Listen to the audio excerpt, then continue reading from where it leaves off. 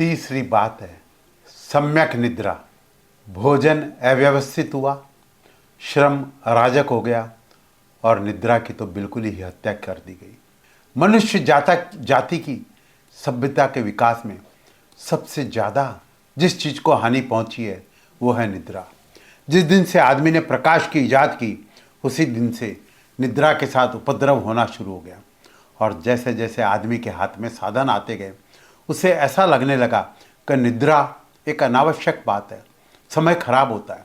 जितनी देर हम नींद में रहते हैं वह समय फिजूल चला जाता है, तो जितनी कम नींद से चल जाए उतना अच्छा, क्योंकि नींद का भी कोई जीवन की गहरी क्रियाओं में प्रक्रियाओं में कोई कंट्रीब्यूशन है, ये हमारे ख्याल में ही नहीं आता। नींद का समय तो ऐसा लगता है जैसे व्यर्थ चला गया। तो जितने कम समय सो लें उतना अच्छा, जितनी जल्दी से ये नींद से निपटारा हो जाए उतना अच्छा। तो एक तरफ तो इस तरह के लोग थे जिन्हें नींद को कम करने की दिशा में शुरुआत की, और दूसरी तरफ साधु सन्यासी थे। उनको ऐसा लगा नींद जो है, मूर्छा जो है, यह तो शायद आत्मज्ञान की या आत्मावस्था की उल्टी अवस्था है, तो निद्रा लेना ठीक नहीं है। तो जितनी कम से कम नींद ली जाए उतना ही अच्छा है। पर साधुओं को तो एक और बड़ी कठिनाई थी। उन्होंने तो बहुत सारे दमन इकट्ठे कर लिए, बहुत सारे सप्रेशन इकट्ठे कर लिए। नींद में उनके दमन उठ कर के दिखाई पड़ने लगे, सपनों में आने लगे। तो नींद से भय पैदा हो गया, क्योंकि नींद में वो सारी बातें होने लगी जिनको दिन में उन्होंने अपने से दूर रखा।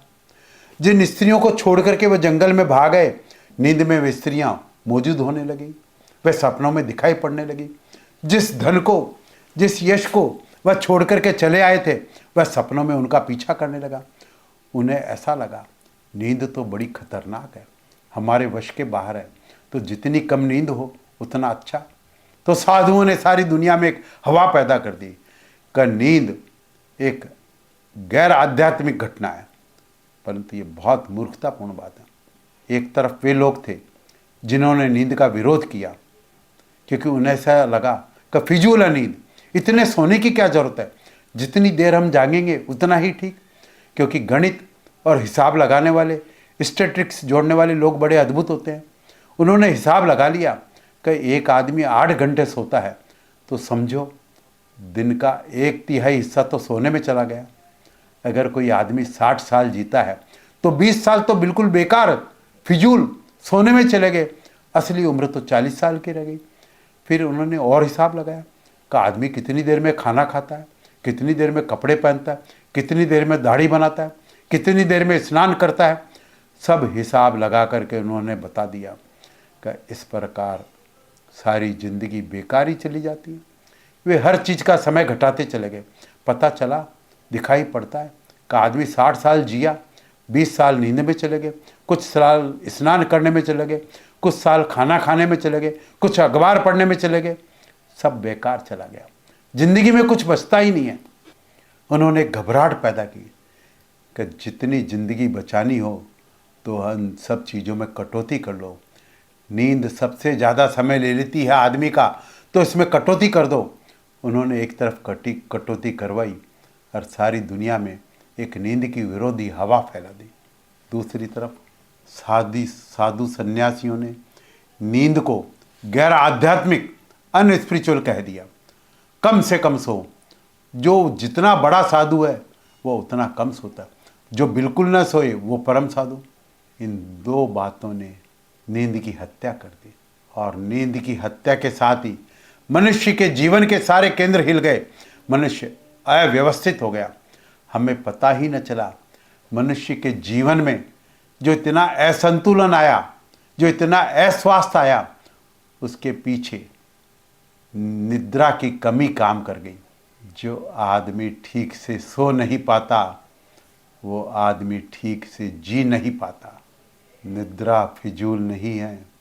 8 घंटे व्यर्थ नहीं जा रहे हैं, बल्कि 8 घंटे आप सोते हैं तो इसीलिए आप 16 घंटे जाग जाते हैं। नहीं तो आप 16 घंटे नहीं जाग सकते। उन 8 घंटों में जो जीवन ऊर्जा इकट्ठी होती है, जो प्राण पुनर्जीवित होते हैं, आपके मस्तिष्क के, आपके हृदय के केंद्र शांत हो जाते हैं और नाभि के केंद्र से जीवन चलता है 8 घंटे तक। निद्रा में आप वापस प्रकृति और परमात्मा के साथ एक हो गए होते हैं, इसीलिए प्राण पुनर्जीवित होते हैं।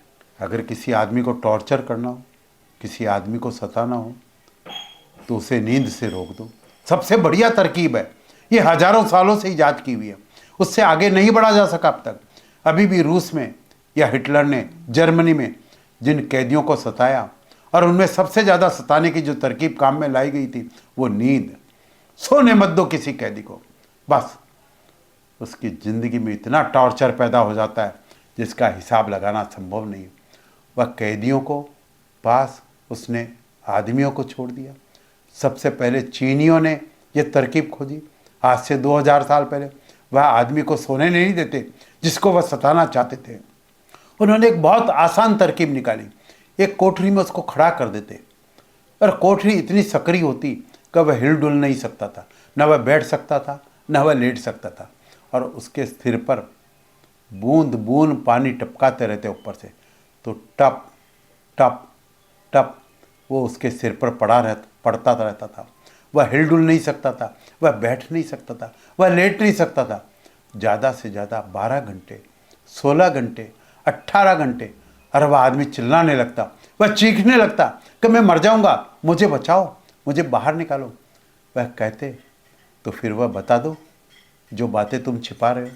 3 दिन में ज़्यादा से ज़्यादा साहस वाला आदमी भी थक जाता। जर्मनी में हिटलर ने और रूस में स्टेलिन ने भी यही किया, लाखों लोगों के साथ, कि उनको जगाए रखो, उनको सोने मत दो। इससे ज़्यादा और टार्चर आप किसी को नहीं कर सकते। किसी आदमी की हत्या कर दो, उस वक्त इतनी पीड़ा नहीं होती जितना आप उस आदमी को सोना न दो, क्योंकि सोकर ही वो जो खोया है उसे वापस पाता है। जो अगर न सो पाया तो न पाया, सो न पाया। जो खोता चला जाता है और वापस कुछ भी उपलब्धि नहीं होती, वह रिक्त हो जाता है, वह खाली हो जाता है। हम सब लोग करीब करीब खाली जैसी ही हालत में हैं, क्योंकि उपलब्ध करने के द्वार हमारे बंद और खोने के द्वार हमारे बढ़ते चले गए। नींद वापस लौटना जरूरी है। अगर 100 वर्षों 200 वर्षों के लिए सारी दुनिया में को कानूनी व्यवस्था की जा सके कि आदमी को सो जाना ही पड़ेगा और कोई उपाय न रहे, तो मनुष्य जाति के मानसिक स्वास्थ्य के लिए इससे बड़ा और कोई कदम नहीं हो सकता। साधु के लिए तो बहुत ध्यान देना जरूरी है। जो ठीक से सोया वह काफ़ी सोया, ये समझ लेना जरूरी है। सम्यक निद्रा हर आदमी के लिए अलग अलग होती है, सभी आदमी के लिए एक जैसी बराबर नहीं होती है, क्योंकि हर आदमी के शरीर की ज़रूरत अलग है, हर उम्र की ज़रूरत अलग है। कहीं और दूसरे तत्व भी हैं जिनकी ज़रूरतें अलग अलग हैं। जब बच्चा माँ के पेट में होता है तो 24 घंटे सोता है, क्योंकि उस वक्त बच्चे के सब स्नायु बन रहे होते हैं, उसे पूरी नींद की जरूरत होती है। 24 घंटे सोया रहेगा तो ठीक से उसका शरीर विकसित हो पाएगा। जो बच्चे लंगड़े लूले हो जाते हैं, पैदा होते हैं, या काने या अंधे होते हैं, हो सकता है वो बीच बीच में जग जाते होंगे, कोई गड़बड़ी हो जाती होगी। और जिस किसी दिन विज्ञान इस बात को समझ पाएगा कि जो बच्चे माँ के पेट में किसी तरह से जग जाते हैं, वे बच्चे अपंग हो जाते हैं, उनका कोई अंग विकसित होने से वंचित रह जाता है। 24 घंटे पेट में सोया रहना जरूरी है, क्योंकि पूरा शरीर निर्मित होता है, पूरा शरीर विकसित होता है। नींद बहुत गहरी जरूरी है, तभी शरीर की सारी क्रियाएं बराबर काम कर पाती हैं। फिर बच्चा पैदा होता है तो वह 20 घंटे सोता है, अभी उसका शरीर बन रहा है। फिर वह 18 घंटा सोता है, फिर वह 14 घंटे सोता है, अभी भी उसका शरीर बन रहा है। और जैसे जैसे उसका शरीर परिपक्व होता चला जाता है, वैसे वैसे नींद कम हो जाती है। आखिर में वह 8 घंटे और 6 घंटे के आसपास स्थिर हो जाती है। और बूढ़े आदमी की तो नींद और भी कम हो जाती है, 5 घंटे हो जाती है, 4 घंटे हो जाती है, 3 घंटे भी हो जाती है, क्योंकि उस बूढ़े आदमी के शरीर में फिर शरीर बनने का उपक्रम बंद हो जाता है। फिर उसे वापस रोज उतनी नींद की आवश्यकता नहीं रह जाती है। क्यों? क्योंकि अब उसकी मृत्यु करीब आ रही है। वह उतना ही सोता रहे जितना बच्चा सोता है, तो फिर बूढ़ा आदमी कभी भी नहीं मर सकता, क्योंकि फिर मरना बहुत मुश्किल हो जाएगा। मरने के लिए जरूरी है नींद कम होती चली जाए। और जीवन के लिए जरूरी है कि नींद बहुत गहरी हो। इसीलिए बूढ़ा आदमी क्रमशः कम सोने लगता है और बच्चा ज़्यादा सोता है। लेकिन अगर बूढ़े भी बच्चों के साथ वही व्यवहार करें जो खुद के साथ करते हैं तो खतरा हो जाता है। बूढ़े अक्सर करते हैं ऐसा, बड़े बूढ़े बच्चों को भी बूढ़ा समझ करके व्यवहार करते हैं, उनको भी उठाते हैं, उठो 3 बज गए 4 बज गए उठो। उनको पता नहीं है कि तुम बूढ़े हो, तुम 4 बजे उठ गए हो, यह बिल्कुल ठीक है। लेकिन बच्चे 4 बजे नहीं उठ सकते, उनको उठाना गलत है। यह बच्चे की शरीर की प्रक्रियाओं को नुकसान पहुंचाना है। यह बच्चे के साथ बहुत गलत बात है। एक बच्चा मुझसे कह रहा था, मेरी माँ भी बड़ी अजीब है, जब रात को मुझे नींद नहीं आती तब जबरदस्ती मुझे सुलाती है, और जब मुझे नींद आती है सुबह तब जबरदस्ती मुझे उठाती है। मेरी कुछ भी समझ में नहीं आता कि जब मुझे नींद नहीं आती तब मुझे सुलाया जाता है, और जब मुझे नींद आती है तब मुझे उठाया जाता है। वह मुझसे बोला, आप मेरी माँ को समझा दें। दुनिया को आप समझाते हैं, पर मेरी माँ को भी कुछ समझ में आ जाए, वह मेरे साथ इतना उल्टा व्यवहार क्यों करती है। बच्चों के साथ हम बूढ़ों जैसा व्यवहार निरंतर करते हैं और हमें इस बात का कोई ख्याल ही नहीं। किताबों में लिखे हुए हैं, बंधे हुए हैं कुछ स्टैंडर्ड सूत्र, बस उसी के अनुसार मनुष्य जीने लगता है। नवीनतम खोज यह कहती है, हर आदमी के लिए उठने का समय एक नहीं हो सकता। जैसा कि हमेशा कहा जाता है कि 5 बजे उठाना सबके लिए हितकर है, परंतु यह बात बिल्कुल ही अवैज्ञानिक है और गलत है। यह सबके हित में नहीं है। कुछ लोगों के हित में हो सकती है, पर कुछ लोगों के अहित में भी हो सकती है। 24 घंटे में कोई 3 घंटे के लिए शरीर का तापमान नीचे गिर जाता है हर आदमी का, और जिन 3 घंटों में तापमान नीचे गिरता है वे ही 3 घंटे उसके लिए सबसे गहरी नींद के घंटे होते हैं। अगर उन 3 घंटों में उसको उठा दिया जाए तो फिर उसका पूरा दिन खराब हो जाएगा, उसकी सारी ऊर्जा अस्त व्यस्त हो जाएगी। और आमतौर से ये 3 घंटे सुबह के 2 और 5 के बीच में होते हैं। अधिकतम लोगों के 3 घंटे रात के 2 बजे से लेकर के 5 बजे के बीच में होते हैं, लेकिन सभी व्यक्तियों के नहीं होते। किन्हीं का 6 बजे तक तापमान नीचे होता है, किन्हीं का तापमान 7 बजे तक नीचे होता है, किन्हीं का तापमान 4 बजे तक वापस लौटना शुरू हो जाता है। तो यह तापमान के बीच में अगर कोई उठ जाएगा तो फिर उसके 24 घंटे खराब होंगे और उसका दुष्परिणाम होगा। जब उसका तापमान फिर से उठने लगता है, गिरा हुआ तापमान वापस उठने लगता है, तभी उठने का वक्त है। आमतौर से यह ठीक है कि आदमी सूरज के उगने के साथ उठाए, क्योंकि सूरज के उगने के साथ ही सबका तापमान बढ़ना शुरू हो जाता है। लेकिन यह नियम है, कुछ इसके अपवाद होते हैं जिनके लिए हो सकता है सूरज थोड़ी देर के बाद तक भी लेटा रहना जरूरी हो, क्योंकि हर आदमी के शरीर का तापमान अलग क्रम से अलग मात्रा में उठता है। तो हर आदमी को ये देख लेना चाहिए कि जितनी देर सोने के बाद और जग उठने के बाद मुझे स्वस्थ मालूम होता है, वही मेरे लिए नियम है। चाहे शास्त्र कुछ भी कहते हों, चाहे गुरु कुछ भी कहता हो, उनकी बातें सुनने की कोई ज़रूरत नहीं। तो सम्यक निद्रा के लिए जितनी ज़्यादा से ज़्यादा गहरी और लंबी नींद ले सकें वह लेना उचित है। नींद लेने के लिए कह रहा हूँ, बिस्तर पर पड़े रहने के लिए नहीं। बिस्तर पर पड़ा रहना नींद नहीं है। जब आपके लिए स्वास्थ्यपूर्ण मालूम पड़े तभी उठना आपके लिए वही नियम है। आमतौर से सूरज के उगने के साथ यह घटना घटनी चाहिए, लेकिन हो सकता है कुछ को ना घटती हो, तो उसमें घबराने की और चिंतित होने की कोई ज़रूरत नहीं है। अपने आप को पापी समझने की और नर्क चले जाने के डर की भी कोई ज़रूरत नहीं है, क्योंकि जल्दी उठने वाले भी नर्क चले जाते हैं और कई बार देर से उठने वाले भी स्वर्ग में रह जाते हैं।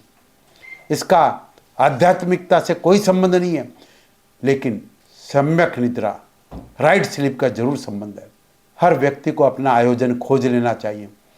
3 महीने तक हर व्यक्ति को श्रम पर, निद्रा पर और आहार पर प्रयोग करना चाहिए और देखना चाहिए कब मेरे लिए सर्वाधिक स्वास्थ्यपूर्ण, सर्वाधिक शांतिपूर्ण और सर्वाधिक आनंदपूर्ण सूत्र कौन सा हो सकता है।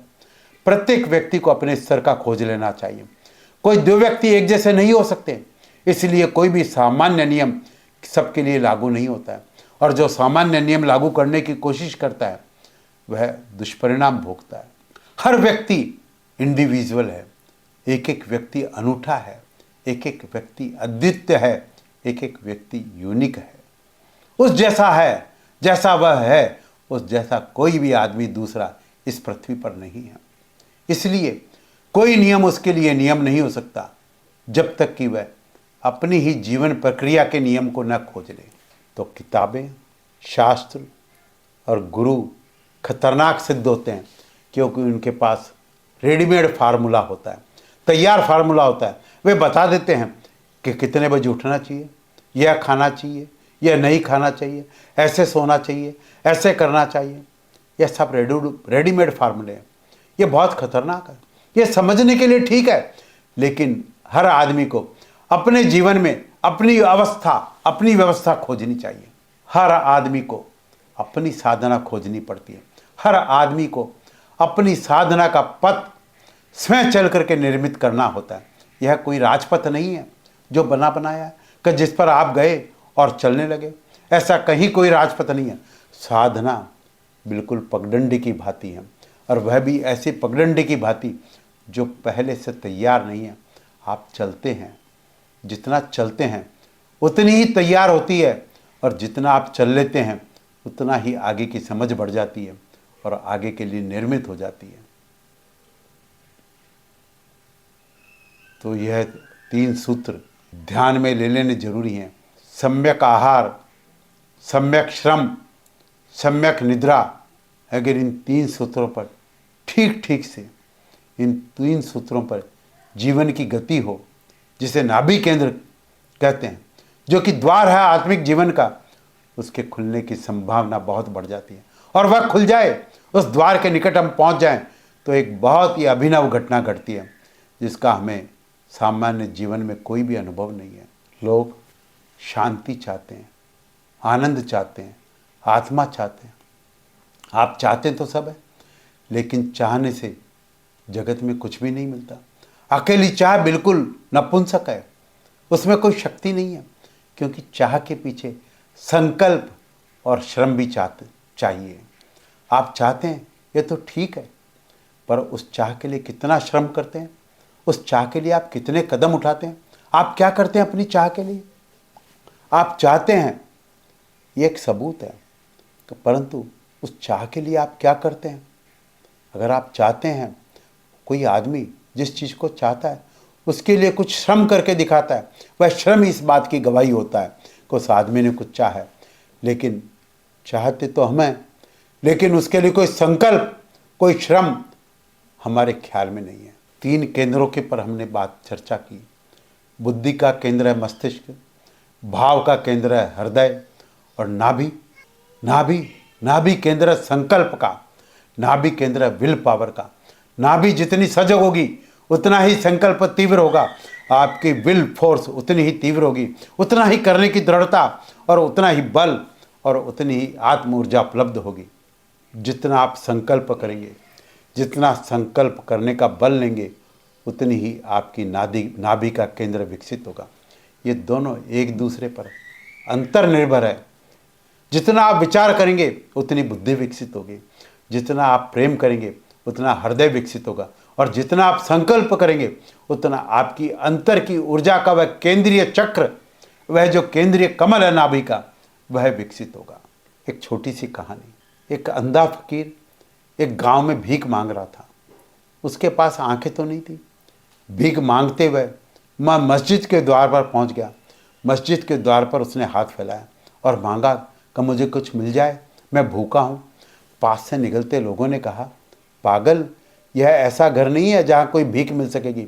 यह तो मस्जिद है, यह तो मंदिर है, यहाँ कोई रहता ही नहीं, तो कहाँ भीख मांग रहा है। यह तो मस्जिद है, यहाँ कुछ भी नहीं मिलेगा, वह कहीं आगे बढ़। वह फकीर हंसने लगा और उसने कहा, अगर भगवान के घर से कुछ नहीं मिलेगा तो फिर किस घर से मिलेगा। यह तो अंतिम घर आ गया। भूल से मैं अंतिम मकान के सामने आ गया। अब यहाँ से कैसे हटूँ तो जाऊँ कहाँ, क्योंकि इसके आगे तो कोई घर ही नहीं। अब मैं यहीं रुक जाऊँगा और यहाँ से लेकर के ही हटूँगा। लोग हंसने लगे कहा, पागल, यहाँ कोई रहता नहीं, तुझे देगा कौन? उसने कहा, सवाल यह नहीं है, लेकिन भगवान के घर से अगर खाली हाथ लौटना पड़ेगा तो फिर हाथ कहाँ भरे जा सकेंगे? फिर तो कहीं भी हाथ भरे नहीं जा सकेंगे। अब तो आ ही गया हूँ इस द्वार पर, तो हाथ भर के ही लौटूंगा। वह फकीर वहीं रुक गया। 1 वर्ष तक उसके हाथ वैसे ही फैले रहे, उसके प्राण वैसे ही पुकार करते रहे, और गांव के लोग उसे पागल कहने लगे, तो बिल्कुल नासमझ है, तू कहाँ हाथ फैलाए बैठा है जहाँ कुछ भी मिलने को नहीं है। पर वह फकीर अलग तरह का था, वहाँ बैठा ही रहा, वहीं बैठा रहा। 1 वर्ष बीत गया। उस गांव के लोगों ने देखा उस फकीर को कुछ मिल गया है, उसके चेहरे की रौनक बदल गई है, उसके आसपास एक शांति की हवा उठने लगी है, उसके आसपास एक प्रकाश खड़ा हो गया, एक सुगंध बहने लगी। वह फकीर नाचने लगा, जिसकी आंखों में आंसू थे अब मुस्कुराहट आ गई। वह जैसे मुर्दा हो गया था, 1 वर्ष में उसके प्राण फिर से खुल उठे और वह नाचने लगा। लोगों ने पूछा, तुम्हें क्या मिल गया? उसने कहा, यह असंभव था कि न मिलता, क्योंकि मैंने तय ही कर लिया, या तो मिलेगा या फिर मैं रह ही नहीं जाऊंगा। जो मैंने चाहा था वह मुझे उपलब्ध हो गया। मैंने तो शरीर के लिए रोटी चाहिए, मुझे आत्मा के लिए रोटी मिल गई। मैंने तो शरीर की भूख मिटानी चाहिए, मेरी आत्मा की भूख मिट गई। लोग पूछने लगे, तुझे कैसे मिला, तूने कैसा पाया? उसने कहा, मैंने कुछ भी नहीं किया, लेकिन मैंने अपनी प्यास के पीछे अपने पूरे संकल्प को खड़ा कर दिया, और मैंने कहा, अगर प्यास है तो उसके साथ पूरा संकल्प भी चाहिए। मेरा पूरा संकल्प मेरे साथ था, मेरी प्यास पूरी हो गई। मैं उस जगह पहुंच गया जहां पानी मिल जाता है, जिस पे पीने से फिर कोई प्यास बाकी नहीं रह जाती। संकल्प का अर्थ है जो हम चाहते हैं, जो हमें ठीक दिखाई पड़ता है, जो हमें मालूम होता है कि रास्ता है, उस पर चलने का आत्मबल भी जुटाना पड़ता है, साहस जुटाना पड़ता है, दृढ़ता जुटानी होती है। अगर वह नहीं होती तो मेरे कहने से या किसी के कहने से कुछ भी नहीं हो सकता। अगर मेरे कहने से होता तो बड़ी आसान बात थी। इस दुनिया में बहुत लोग हो चुके हैं जिन्होंने बहुत अच्छी बातें कही, अब तक सारी दुनिया को बहुत कुछ हो गया था, लेकिन न महावीर कुछ कर सके, न बुद्ध कुछ कर सकते हैं, न क्राइस्ट, न कृष्ण, कोई कुछ नहीं कर सकता जब तक आप खुद करने को तैयार न हो। गंगा बही जाती है, सागर भरे पड़े हैं, लेकिन आपके हाथ में पात्र ही नहीं है। आप चिल्लाते हैं कि मुझे पानी चाहिए, गंगा कहती है पानी है, लेकिन पात्र कहाँ है? आप कहते हैं पात्र की बात मत करो, तुम तो गंगा हो, इतना पानी है इसमें से हमें कुछ दे दो। गंगा के द्वार बंद नहीं है, गंगा के द्वार खुले हैं, लेकिन पात्र तो चाहिए। संकल्प का पात्र जहाँ नहीं है, वहाँ साधना की कोई तृप्ति, कोई संतोष उपलब्ध नहीं होता।